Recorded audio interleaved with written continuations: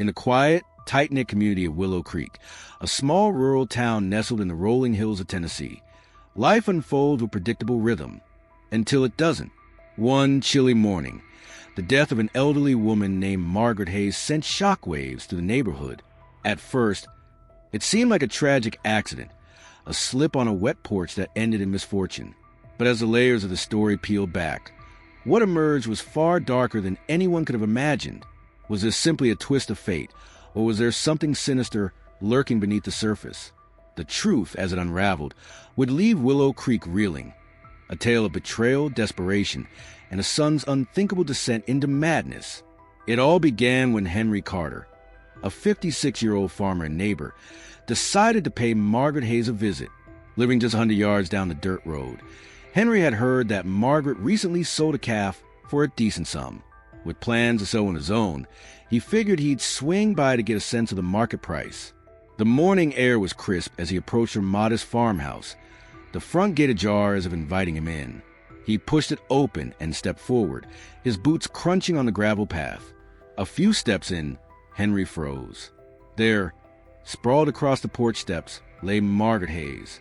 Her body was stiff, her face a ghastly shade of purple, her eyes wide open in a haunting stare.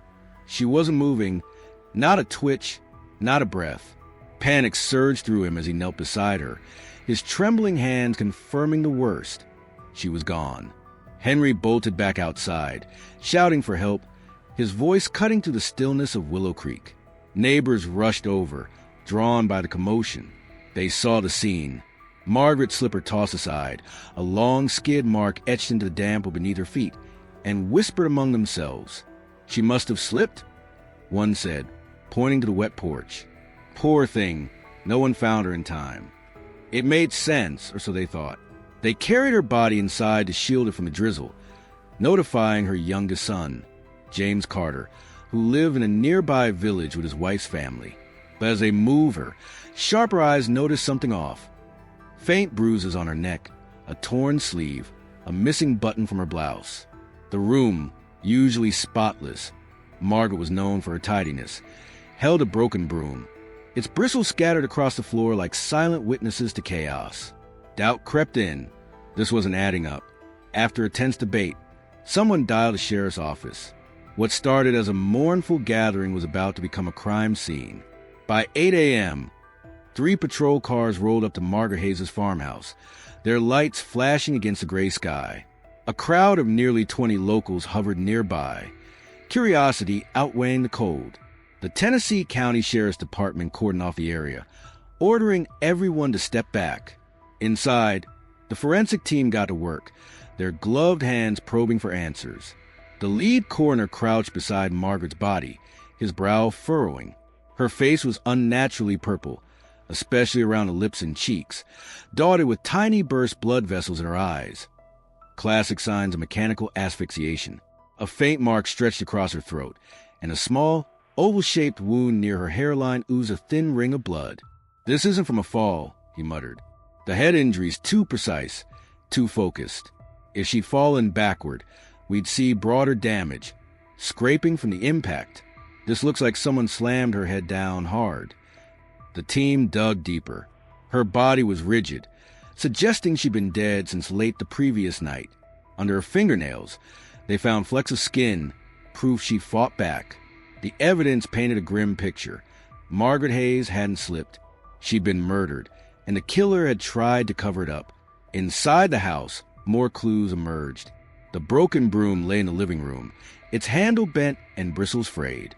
A button from her blouse rested near the sofa, and her bedroom dresser drawers hung open, clothes spilling out as if someone had rifled through them.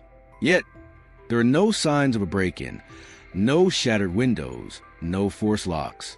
Whoever did this had walked right in. The sheriff's team concluded this was no accident. Margaret had been strangled, her death staged to look like a fall. With the stakes now clear, a task force was formed to hunt down the killer. Margaret Hayes, 57, had lived alone since her husband passed years ago.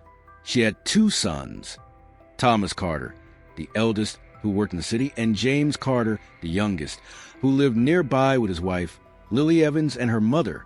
Known for her kindness and hard work, Margaret raised chickens and tended a small farm, recently selling a calf for $600, a hefty sum she kept in cash, as she distrusted banks. The investigation zeroed in on that money. It was nowhere to be found. Had someone known about the sale and targeted her? The lack of forced entry suggested familiarity. Someone she let inside. Suspicion first fell on a local troublemaker, Daniel Brooks. A neighbor, Michael Reed, recalled seeing a man loitering near Margaret's house the night before. It was dark, maybe 8 p.m., he said. He was sitting by the cornfield, about 150 yards from her place. I passed by again 5 minutes later, and he was still there. When my headlights hit him, he shielded his face. Seemed odd. The town grocer, Mrs. Clara Thompson, added fuel to the fire. Around 7:30 that night, Daniel Brooks came in, drunk as a S.K. Daniel bought a fruit knife. He was wearing a cap, but I recognized him, lives down the road with his folks. Deputies tracked Daniel down. His father was berating him when they arrived, furious about Daniel stealing money for video games. Daniel admitted to buying the knife after breaking one at home, and his mother confirmed he brought it back that night. But a search of his body revealed no fresh scratches, nothing to match the skin under Margaret's nails. He was off the hook for now. Then came a breakthrough. Thomas Carter, Margaret's eldest, arrived from the city and dropped a bombshell. James and Mom weren't on good terms lately. She told me he'd changed, barely visited, even though he's just down the road. His wife's family treated her poorly, too. Then, a chilling detail. This morning, while we were getting ready for the funeral, I saw scratches on James's hand. He hid them quick, turned away like he had something to hide. James's finances were a mess. His pig farm had tanked after a disease outbreak wiped out his stock. The DNA results sealed it. The skin under Margaret's nails matched a blood relative. Her youngest son was now the prime suspect. The deputies stormed James Carter's house, but Lily Evans, his wife, said he just left, destination unknown. Her mother-in-law, bedridden and frail, knew nothing. Lily's eyes darted nervously as she claimed James was home all night, until pressure cracked her. Okay, he went out after dinner, she admitted. Came back late. I called, but he didn't answer. I saw scratches on his hand later, but I didn't know what to do. The DNA match confirmed it. James was Margaret's killer. He'd vanished into the rugged hills around Willow Creek, a terrain he knew like the back of his hand. The sheriff rallied the town, offering rewards for tips. 3 days later, a farmer spotted James near an almond grove at the mountain's base. Deputies swarmed the area, and by afternoon, they had him, dirty, starving, and trembling not from fear but hunger, after devouring a bowl of noodles. He was ready to talk. James Carter didn't hold back. I helped her, he said, his voice flat. She wanted to go. I'm not a murderer. I'm a good son. The room went silent, stunned by his delusion. She didn't want to live anymore. I set her free. James had been the golden boy once. Polite, hard-working, a stark contrast to his city-bound brother, Thomas. After their father died, Margaret poured her love into her boys. Thomas moved away, leaving James and Margaret behind. In 2005, James married Lily and moved in with her family nearby. Money was tight. Margaret gave him her savings to start a pig farm, hoping it'd lift him up. She even tended the hogs herself when Lily slacked off, sparking fights between the couple. James grew numb to her sacrifices, egged on by Lily's indifference. Last year, a friend sold James a life insurance policy for Margaret worth $40,000. A thank you for her help, he claimed. Then the pigs got sick. James planned to sell the infected stock on the table, but Margaret, honest to a fault, reported it to the county. The herd was destroyed, and James lost everything. He blamed her, stopped visiting, his resentment festering. He and Lily couldn't have kids, his fault, doctors said. Desperate to be a father, James fixated on IVF, a $4,000 gamble they couldn't afford. That night, he went to Margaret's, knowing she'd sold the calf for $600. I asked to borrow it, he said. She said no, said she'd promised it to Thomas for his house. She called me selfish, said I only came around for money. The argument exploded. Margaret mentioned the insurance, saying she didn't need it renewed. Death didn't scare her. She'd see her husband again. James snapped. She said she wanted to die, so I gave her what she wanted. He rifled her dresser, found the cash, and when she blocked him with a broom, beating him across the head, his rage took over. If she died, I get the insurance too. Enough for a baby and new start. He grabbed her, wrestled her down, and smothered her, first with his hands, then strangling her until she stopped moving.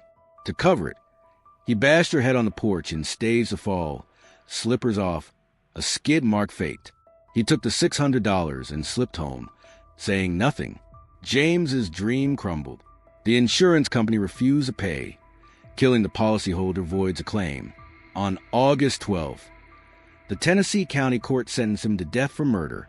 He appealed, but the state Supreme Court upheld it. On October 18th, at a Nashville execution site, a firing squad ended his life, closing a case that horrified Willow Creek. The town couldn't believe it. James Carter, the quiet son, a killer? Some blamed his obsession with fatherhood, a desperation that warped his mind. Others pointed to Margaret's offhand remark about dying, a spark that ignited his madness. In the end, it was a tragedy of greed, guilt, and a family torn apart. Willow Creek buried Margaret Hayes with heavy hearts. Her death, a wound that wouldn't heal. James's execution brought justice, but no peace. What drives a man to murder his own mother? Was it the weight of failure, the lure of money, or a twisted love gone wrong? The answer lies buried with them both. A grim reminder that even the closest bonds can break under pressure.